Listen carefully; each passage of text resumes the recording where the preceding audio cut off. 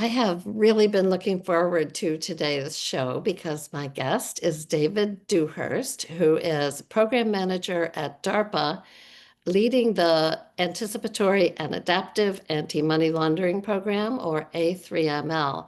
Dave, welcome. I'm so glad to have you on the show. Really great to be here. Thanks so much for having me. You are doing incredibly important work. I think of it as game-changing work on the whole way we're attacking the money laundering problem. You have an amazing perspective on it. So we're going to talk about what you're doing and how you're going about it and why it's going to make the world better. But before we launch into that, I want to ask you first to tell us a little bit about yourself. What's your Yeah, background? sure.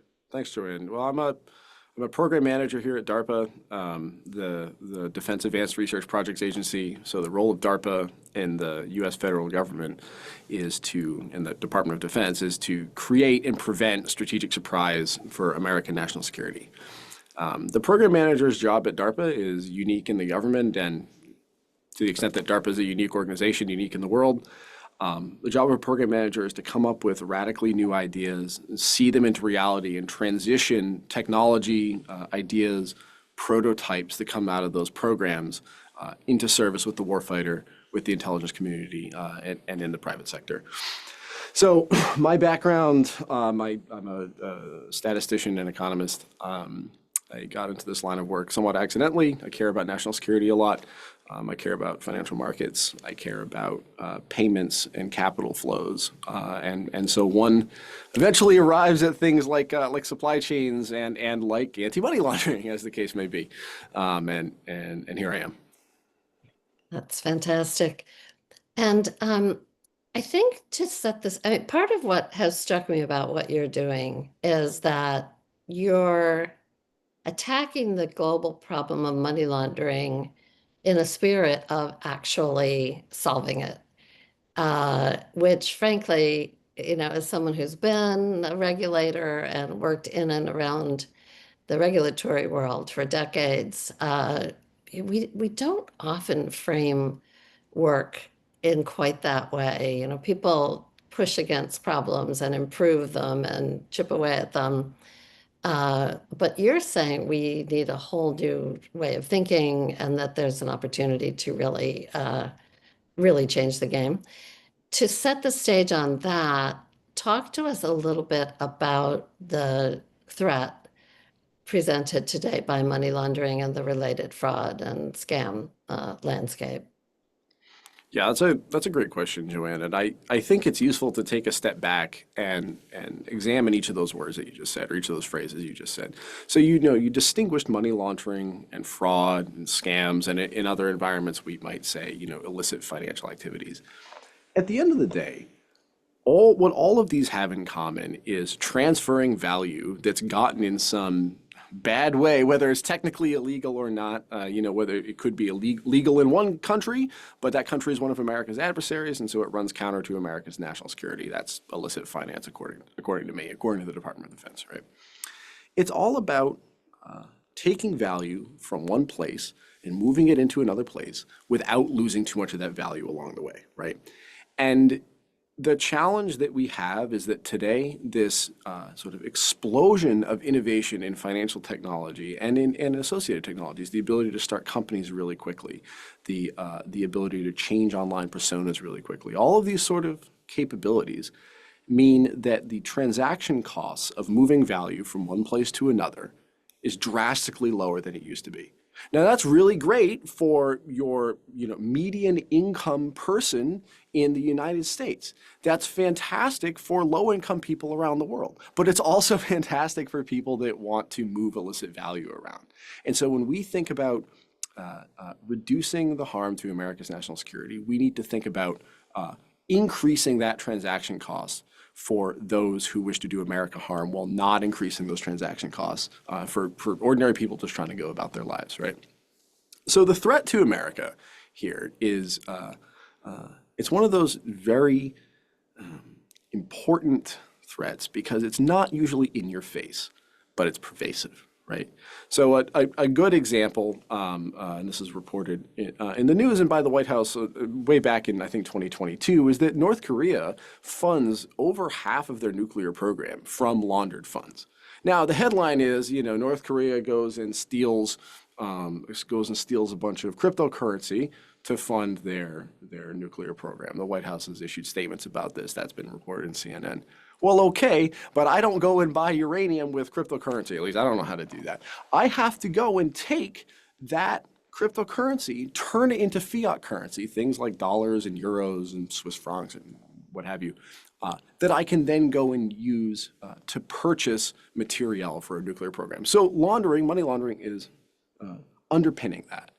I'll be a little bit light on detail, but there are numerous other cases, right? There's all sorts of publicly reported information about the nexus between, for example, Mexican cartels importing fentanyl into the United States and who is providing the money laundering services for them. There is lots of publicly reported information about China-based money launderers providing those services for the cartels, again, that are importing fentanyl that are killing millions of Americans, right? Lots of other examples, many of which I can't get into, but are extraordinarily sort of serious threats to America's national security.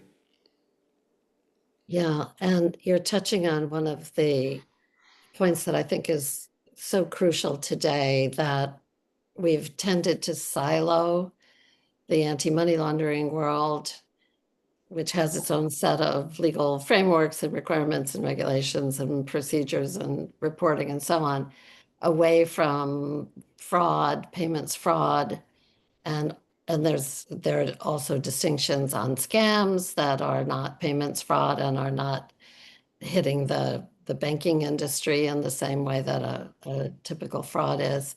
And then other forms of corruption as well. Financial crimes, in the past have been dealt with very much through siloed types of solutions.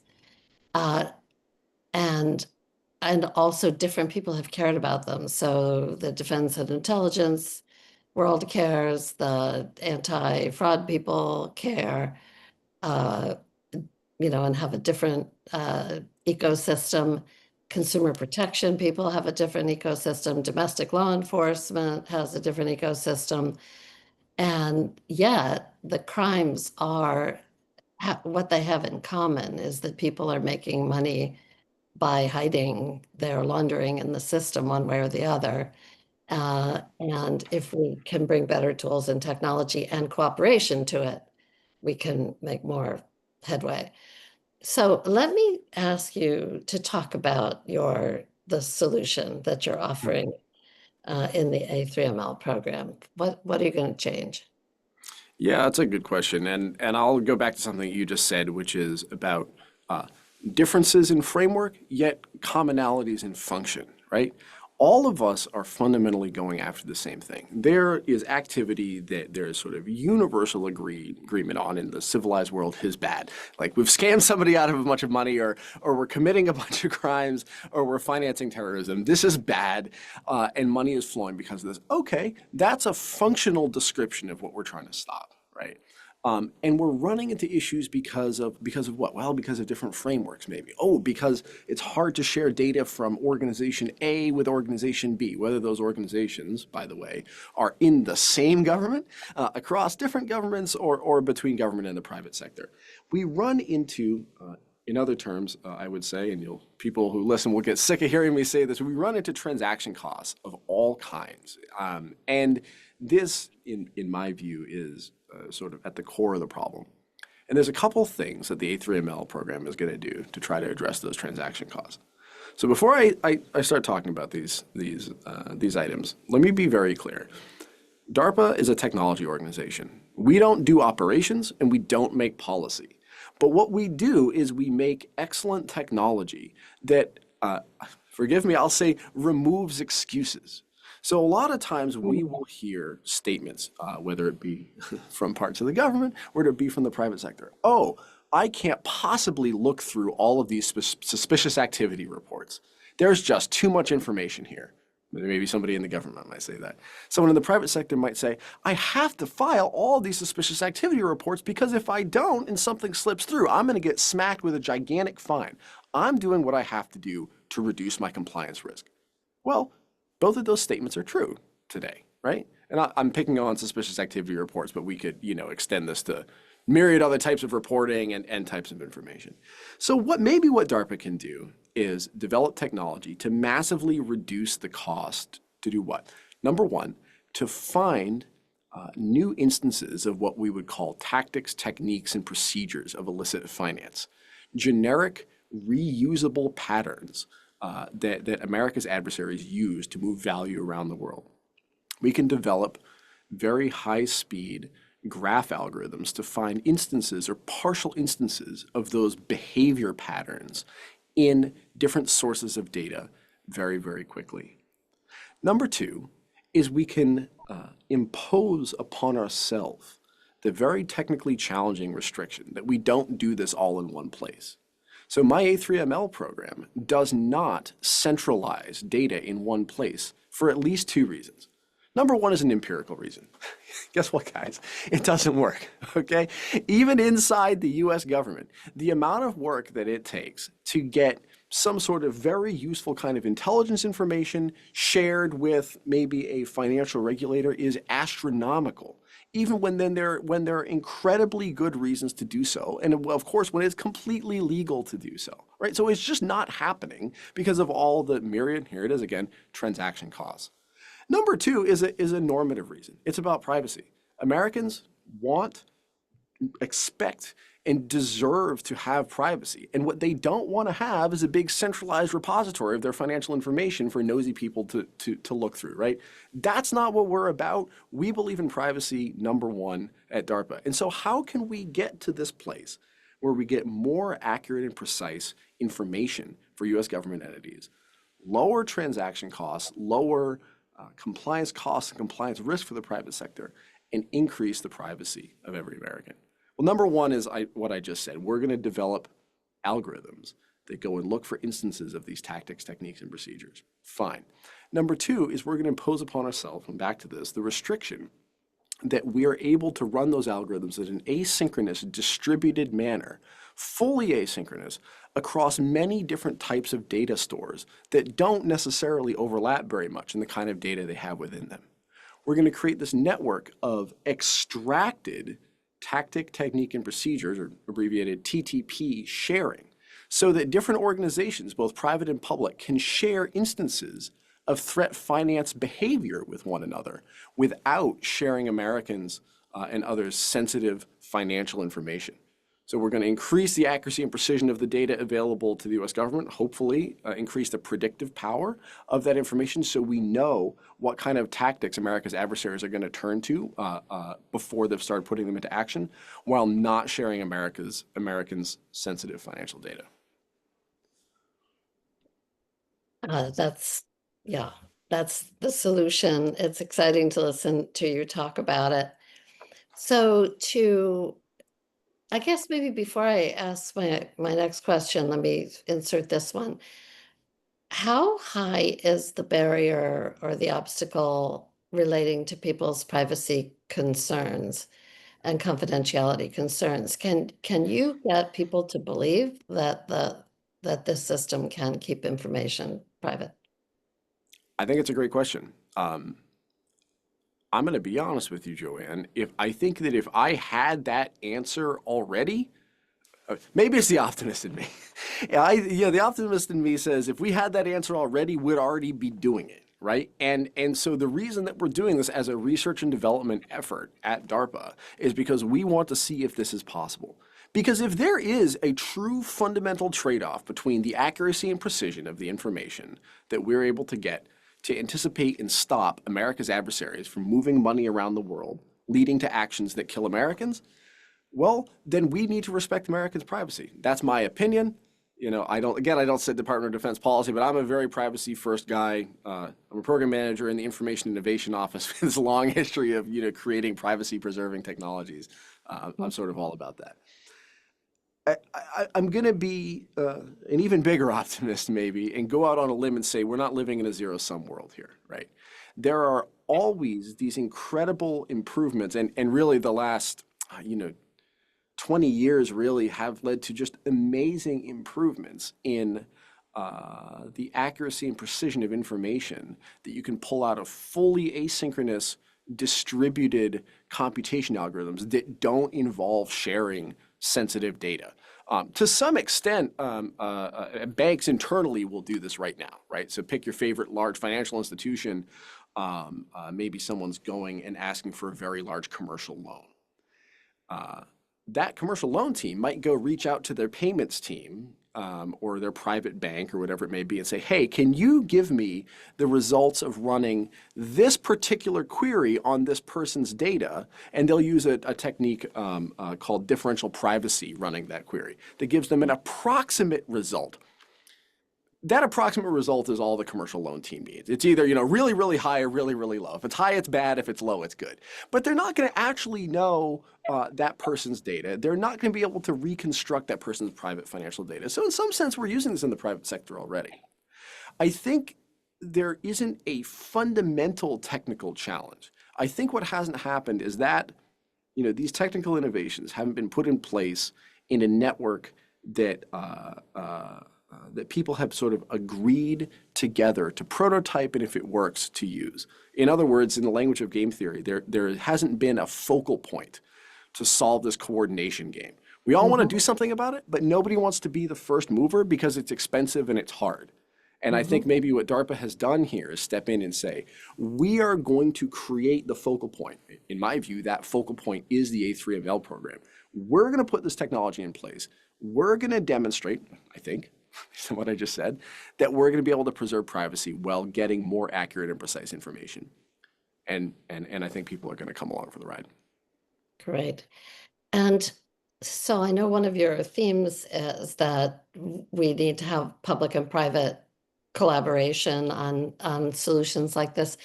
What are the contours of the A3ML program? What's the timeline? Who's participating? How are you putting it together?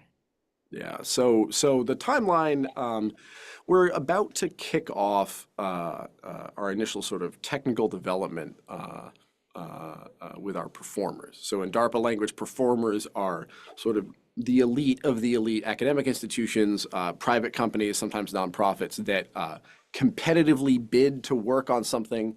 We, myself, my team, we go look at the bids that we get, essentially decide what we think is really great, negotiate with them for award, and then they begin to work. We're in the middle of that negotiation process right now, so I can't say who we're, who we're hoping to select.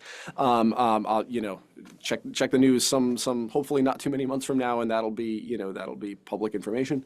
And happy to give an update at that time. Yeah.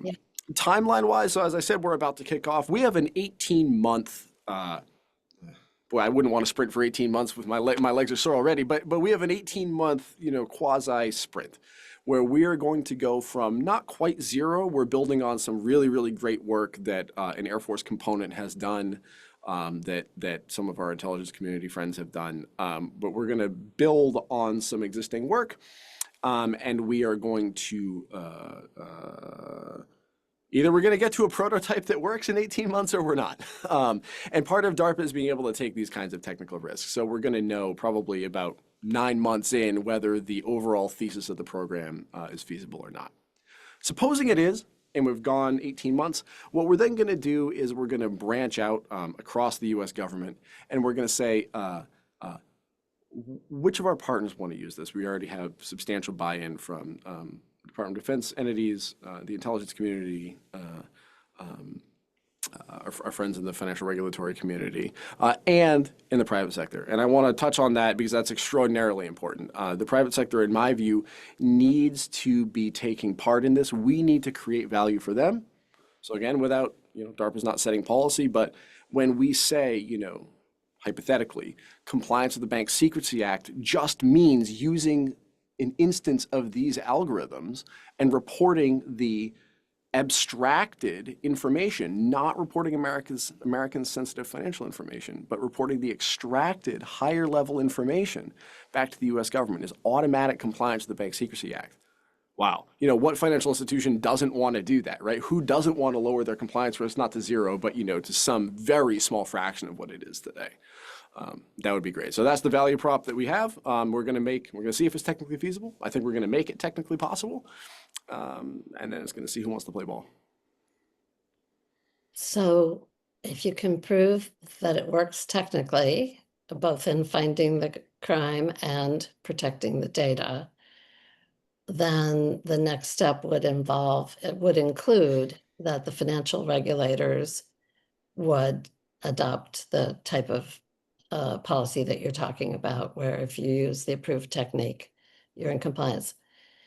And that would then solve, among other things, for the over-reporting problem that is so endemic in the system today. The industry and law enforcement too complain that we have the very high percentage of false positives being reported, and it's bogging the system Right. down in useless data, and then we're missing the true positives. Right. Um, and I mean, I know you can't speak for people at this stage of the game, but sounds like you're optimistic that there would be an appetite for Yeah, I adopting. mean, without getting into details, I can say, and again, keeping in mind, I'm a Department of Defense employee. I'm not, employed by any of the financial regulators. I can't speak for them. What I can say is we've had many, many conversations with. I don't think every single federal financial regulator, but almost every single federal financial regulator, I have a and lot of, the value proposition to them again is pretty simple. Like, do you want more accurate and precise information while safeguarding people's privacy and yeah. making the private sector happier with you? Well, yeah, we'd love it, but I don't see a magic wand anywhere. Well, it's not magic, so we have a little bit of time to work, but we think we can do this for you. There's been I think incredulity is the best word. And then on the second and third conversation where I say, no, it's not a pipe dream, like there's real evidence to suggest that we can do this. Well, yeah, Yeah. we would love to do this. Oh, and you mean you'll give it to me for free? Yes, of course I will, because that's DARPA's value prop. We solve seemingly impossible problems and then give it to other parts of the US government for free, right? Yeah. On the commercial side, and it's funny, I want to say more surprisingly, but actually when you think about it, it's not all that surprising. There's been also incredible enthusiasm. In some sectors, there's been more skepticism, and I can fully understand why there has been. There have been many promises to them, government information sharing agreements, initiatives that have really kind of turned into one-way sessions, right? They turns into the private sector is going to give me more information, and I'm not really going to help. I'm not really going to help them out. Why do I want to do this again? But overall, I would say across payment rails, crypto, banks, even the brokerages and securities, there's been at worst cautious optimism, and at best enthusiastic. Where do I sign up? And we've had to indeed like slow walk some people and say you got to wait about at least 12 months from now until we have anything super useful to show you. So I'm pretty optimistic overall. There's always a chance of failure, but that's why we're at DARPA. But I'm pretty optimistic. I am too. I mean, our listeners, our regular listeners have heard me talk about this through the years. It's clear to me that we have the technology to solve Right. these issues if we can get the confidence and trust and the adoption. And also, there's such widespread agreement that in this particular aspect, again, our show does bring kind of the bank financial regulatory lens to things broader than banks, but there's such widespread appreciation for the fact that this particular bank regulatory function is completely broken. Hmm. Our listeners know I spent 2 years at Harvard on a senior fellowship researching how technology is changing consumer finance and how to regulate it. And one of the things that I saw in my research there was that the this compliance area is the most expensive one, even if you don't count the fines and penalties that the industry pays when they get it wrong and get caught. just the work that goes into complying with what we have today. And then, as you know, the UN numbers say we catch less than 1% of the crime, which is like not catching anything because there's no disincentive.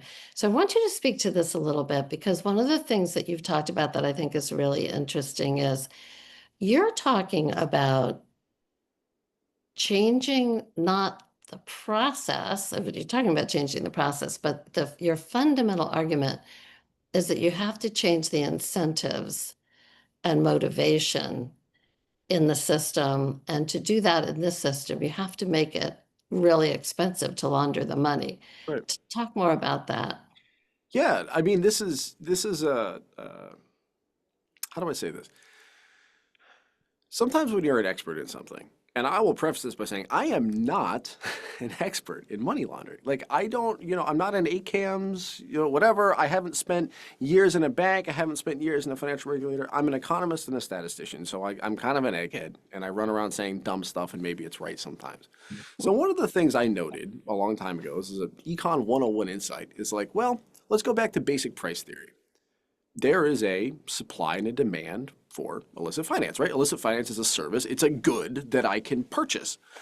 And how do we get less of a good? In a lot of ways, we get less of a good, but very often it's the price to buy that good gets very, very, very high, and the supplier is realistically unable to supply much more of it. So it's going to get bought up, and there's not going to be much left, and people just aren't going to want to buy it anymore. They're going to want to do something else, right? That's kind of interesting. What is the price of money laundering? The price of money laundering is essentially the transactions cost, or the fee that you pay to the, aggregate of the launderers. Okay, that's an interesting thing to say. So maybe we shouldn't be focusing on each specific individual launderer or individual case, but we should be just taking a global constraint approach, which is to say, I'm going to have a useful capability that's widely bought into, that's used everywhere, that just makes the probability of any arbitrary illicit transaction successful go down by, let's make up a number, a half. Mhm. That's just a global way of looking at it. And I don't mean global in the sense of like the world. I mean global in the sense of mathematics. So in mathematics, we talk about local phenomena, which are true at one single point, and global phenomena, which are true for a whole system. So in this sense, this is a global approach. Well, maybe that'll work. Certainly that will ideally decrease the supply of money laundering, thereby increasing the price of money laundering, thereby, if we increase the price far enough, making the demand dry up and go away, because people are going to say, you know what? Forget this. I'm going to make my illicit whatever it is at home if it's a piece of North Korea. Well, okay, fine. North Korea is not very good at making nuclear stuff all by themselves. They got to go buy a lot of stuff. I'm much more happy with the state of the world, right? So, I don't know if that exactly addresses what you asked, but that's sort of the approach. It's this global sort of fundamental microeconomics driven approach instead of a case by case whack-a-mole approach, where even we're really, really great at whacking moles, still if there's n moles, we got n different things to whack, and actually probably we'll miss some of them, so they'll pop up. So we'll end up doing a lot more whacking than just n whacks. Whereas if we just like start to put a big, big piece of plywood on top of all the holes, they're not really popping up anymore. I'm not. So it costs money to get that piece of plywood, but I put it on top of the holes, and the moles are gone. I don't know. Yeah. Analogy out of control, but. Yeah, I mean, we have a little bit of that logic in the regulatory system today, and that obviously the industry tries to avoid penalties and Right. uh, have an incentive to do that. But as you say, that chances, the percentage chance of being in the uh, target sites of a major penalty are narrow. I mean, I Right. think the banks are trying to comply. Don't get me wrong. Yeah, yeah. Well, But so there's so I, so I would add, I would just add to that, and part of the insight of A3ML is this recognition that, like, if we had all the data in one place and all the compute in the world, we could probably, quote unquote, find everything. But that's never going to happen, nor for privacy reasons do we want that to happen. But Yeah. what we've settled for is the second best thing where, yeah, like, sure, each bank is trying to, all the good actors, and almost everybody's a good actor, in America, is like trying to reduce the amount of laundering that gets through. But it's just going to be impossible because they don't have the full picture, right? No one entity, to include the US government, to include all the components of the US government, has one picture. And we can either keep fighting that battle, which, if I may, is the battle that the US government fights all the time in money laundering, but in myriad other ways. Well, let's just buy more data. Let's just unify X. Guys, we're spending billions and billions just in anti-money laundering, let alone myriad other defense areas that I won't get into for the purpose of this podcast. We're going to centralize the data. We're going to centralize the compute. Guys, you're still not solving the problem, and you're spending billions and billions of dollars. Maybe let's think differently. Maybe let's say there's nuggets of what we're looking for in lots of different places, and we can build a unified representation one piece at a time, asynchronously. There are mathematical algorithms that describe, for example, how to do statistical inference in this way. Those algorithms are old, decades old. Have they been abstracted and translated for a problem like this? Well, not necessarily, but that doesn't mean they can't be. And again, that's why DARPA's here. So I think it's this, accepting that modern money laundering goes through many different stages, myriad forms of value transfer, because money launderers are smart and know that no one entity has the whole picture. We're not going to get the whole picture. Let's meet them where they're at, right? Let's not try to keep doing what we've been doing. Yeah. Yes. Yes. Do you have thoughts on how AI and especially generative AI are altering the threat and altering the needed response? Yeah, for sure. I think there are benefits and challenges with everything. Generative AI, highly parameterized models that can generate certainly text, but also, coherent streams of numbers like transactions or time series and images and videos. Huge positives, huge negatives. We can all think of the negatives, right? So I could open up, my favorite Gen AI tool from my favorite tech giant and say, how would I be really good at laundering money from here to there? It'll say, you can't do that, it's illegal. Really easy ways to jailbreak that kind of stuff, and they'll give you all kinds of illegal information. And so, the marginal cost of laundering $1 has probably decreased. I don't know what the actual figure is. That would be fun to find out. Thanks for that. But, probably decreased, tenfold at least with the Yeah. advent of generative AI tools. Obviously, a really widely publicized problem that's not, directly in scope for A3ML, but is the application of generative AI tools to fool facial recognition technology, or there's a possibility maybe they could fool thumbprint technology or something of this type, right? So, okay, wow, the marginal cost of frauds just went down. I can fool this bank's, facial recognition system. Yes, all true. With that being said, they can be incredibly useful for defense as well. Here's one hypothetical setup, right?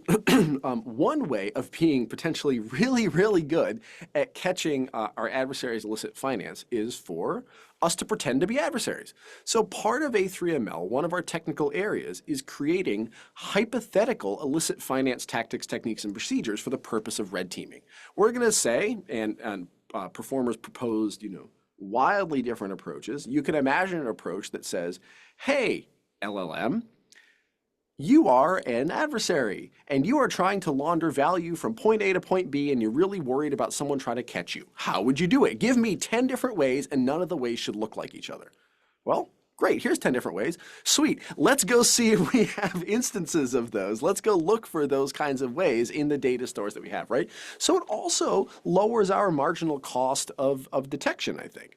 I think like with pretty much every domain, the advent of highly parameterized generative AI just reduces the marginal cost to a proposed solution. It doesn't mean the solution is good, but it does reduce the marginal cost to get to something that you can either try or you can look for. Mhm. Yeah, I think you know and were able to send some participation to the battlefront exercise that we did in the spring, and I'll put the link to that Yeah, in the that's show right. notes as well, on looking at AI attacks and defenses. And wow, was it eye-opening. It was just, we had very sophisticated people there. And I think everybody was shaking their heads at what the creativity of what the attackers were coming up with. And the attackers won, so to speak, but some of the defenses were pretty impressive too. It didn't seem like it was hopeless. Um, have you, this may be beyond the scope of what you're doing, Dave, but are you dealing with what it would take the private sector to adopt these techniques and provide the data or be able to work with the data as needed? As you know, in banking itself, we have about 4,000 banks, 5,000 credit unions. Most of them are very small. Most of them are on operating systems with vendors that have some rigidity to them. Some of them are quite outdated. And the issue, one of the issues we run into a lot as we try to think about how to use technology to improve the regulatory and compliance realms is we can see that once we had it in place, it would work better, and very often it would be cheaper than what we have today. But getting from here to there is expensive and difficult, and you get pushback from entities that don't feel like they can invest in the change systems and so on. Is Right. that within your scope to think about? It absolutely is. In some sense, aside from the core technology development on our sudden, or on another one of my programs, Resilient Supply and Demand Networks program has nothing to do with what we're talking about.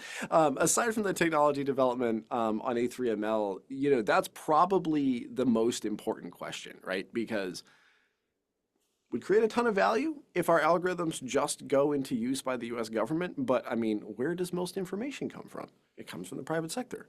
Well, again, we can either keep pushing on the same thing we've always been pushing on, or we can actually give them what they need and they can give us what we need while respecting everyone's privacy, right? So I'm going to give two answers. First, I'm going to give a technical answer. So technical and sort of budgetary answer. On the technical side, I don't know if we're going to succeed, but I strongly believe we are.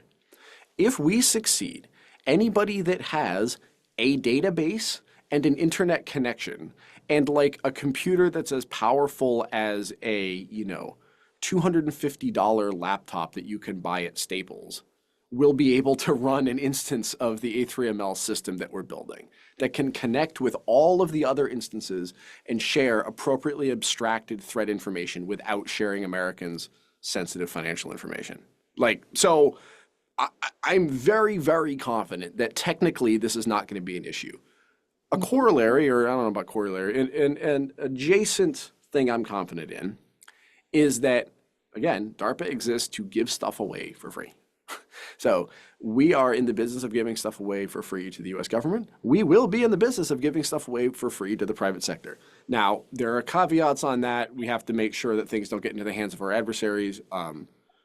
Counterintelligence being what it is and intelligence collection being what it is, we know our adversaries are going to steal whatever we give to the private sector. So there's a little bit of a, interesting, how do I share all this goodness with the private sector without, being too sad if my adversaries steal it from me? That's a sort of separate technical question that we can't, get into too much. I think the most important aspect of this is something that I have the least control over.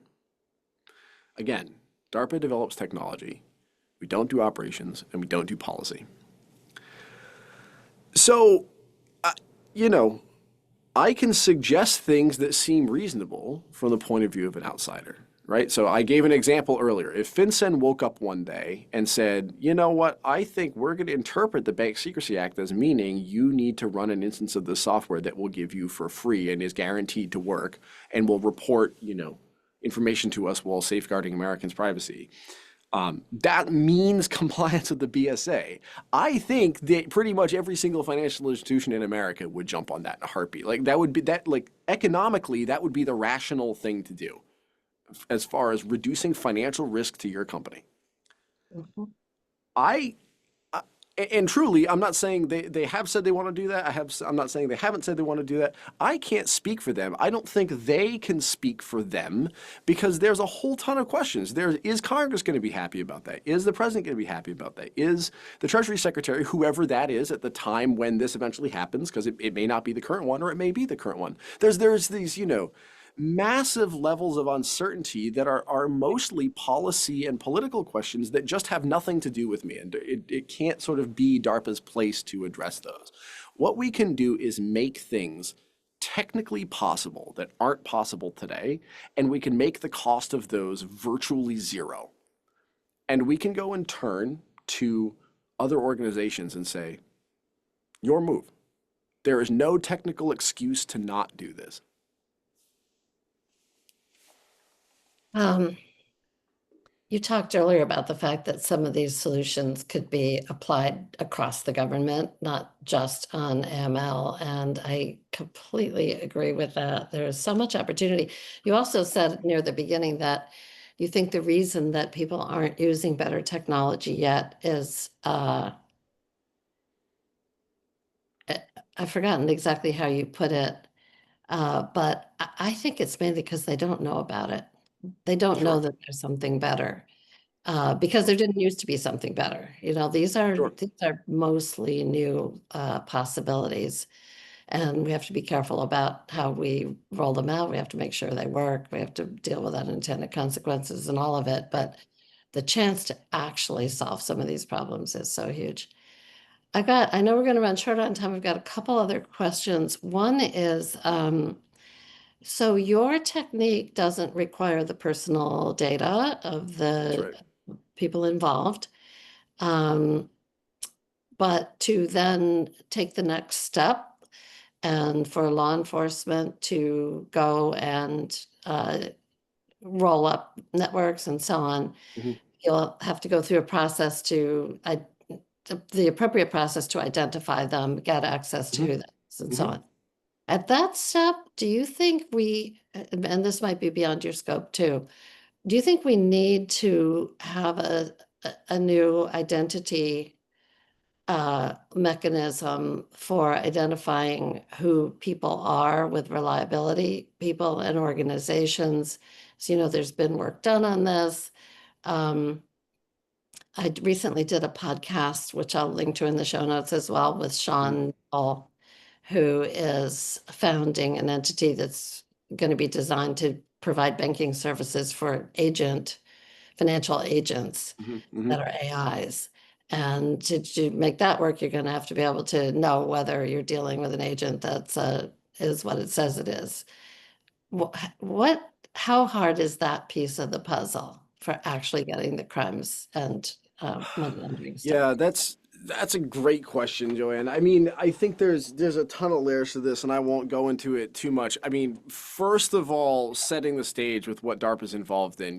We may partner with some federal law enforcement agencies, but it's kind of a one-way partnership. Like we will provide them with some of the software that we build because they also have a national security and sort of intelligence function, counter foreign intelligence function that we care about a lot, right? Keeping America safer in that way. Mhm.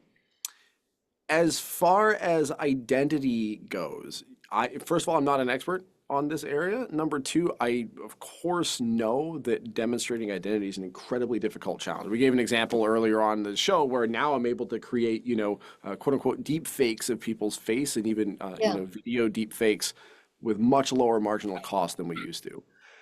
At the same time, mandating proof of identity in a certain way can be extraordinarily deleterious to privacy, right?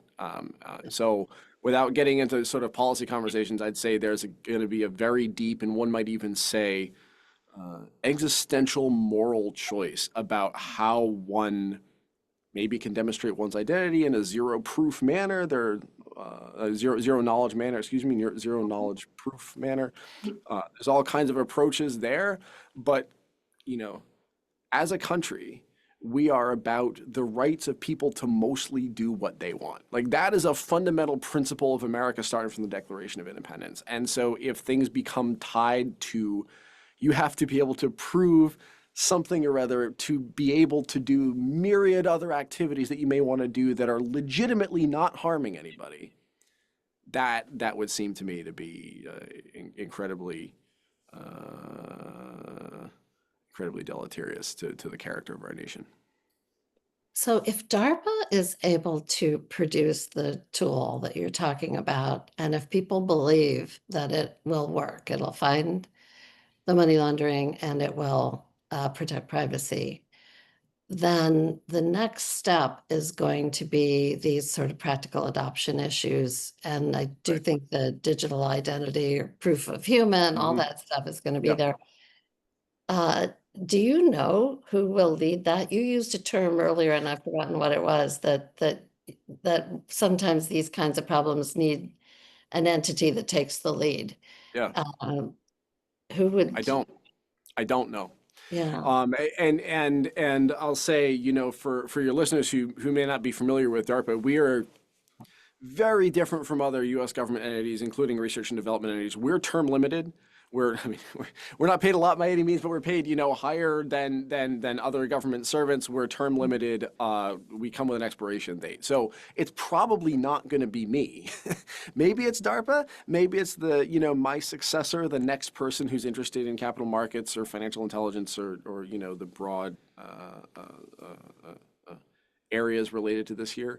I will tell you very candidly, and unfortunately, I can't get into too many details.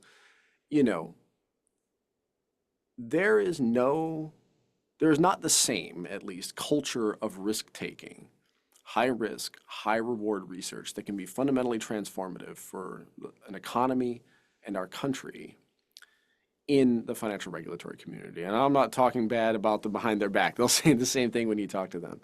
There is no culture of that in many other places, in the Treasury, in the whole financial regulatory community, often in many corporate labs, right? So, if not us, who? If not now, when? I'm not sure. And part of DARPA is to address these problems. So, good, okay. I mean, we have a lot of work going on many of these issues at NIST. right, And yep, other lots of people are working on them. The thing right, I find myself more and more searching for is the, and I may have said this recently on the show, but we have many tech solutions that work at the point where they touch the problem we're trying to solve. But what we don't have is infrastructure and ecosystems that can get things adopted right.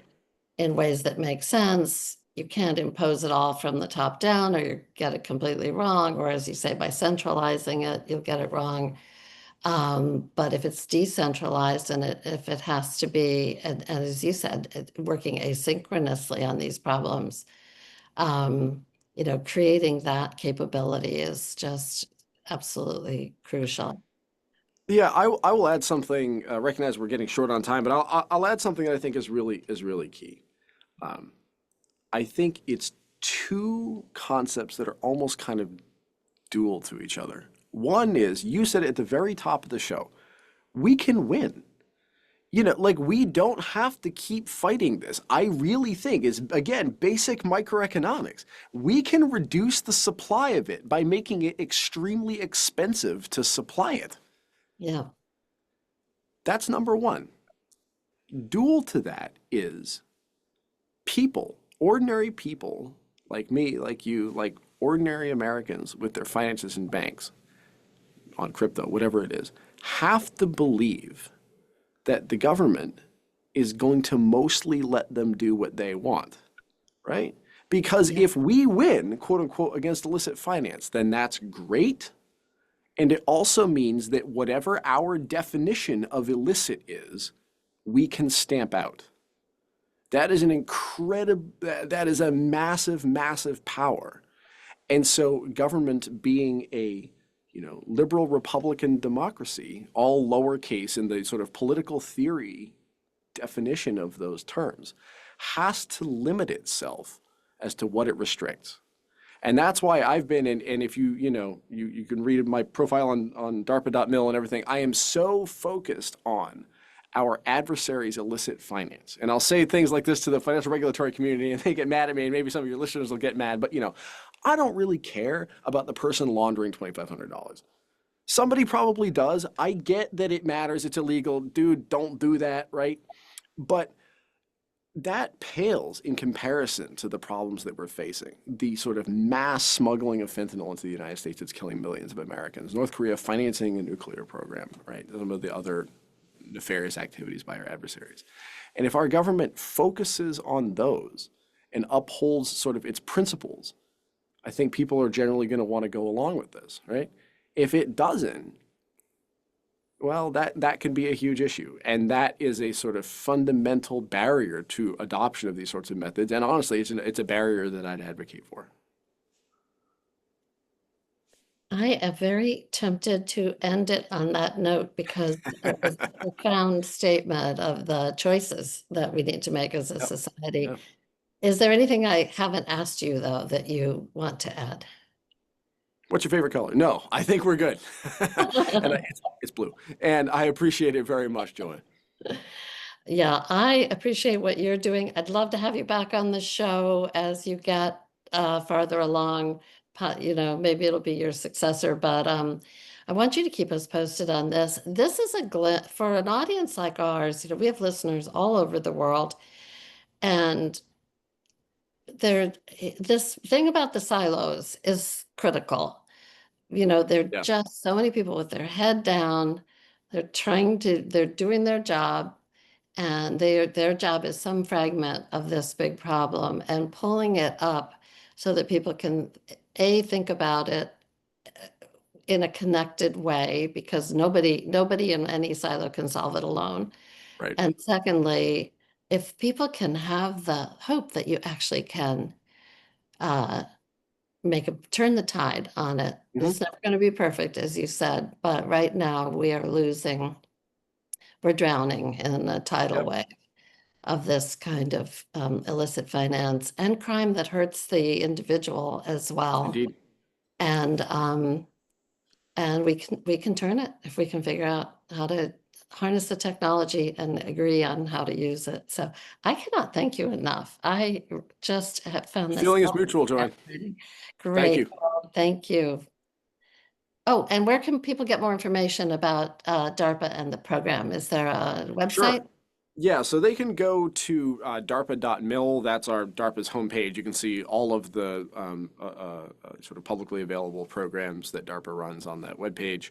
I don't remember what the link to my program is, but if you Oh, search, DARPA A3ML, it'll bring you to the okay. to the webpage. All Yeah. right. We'll link it in the show notes as well. David Dewhurst, thank you so much for joining me today. It's been absolutely fascinating. Thank you very much. It was my pleasure.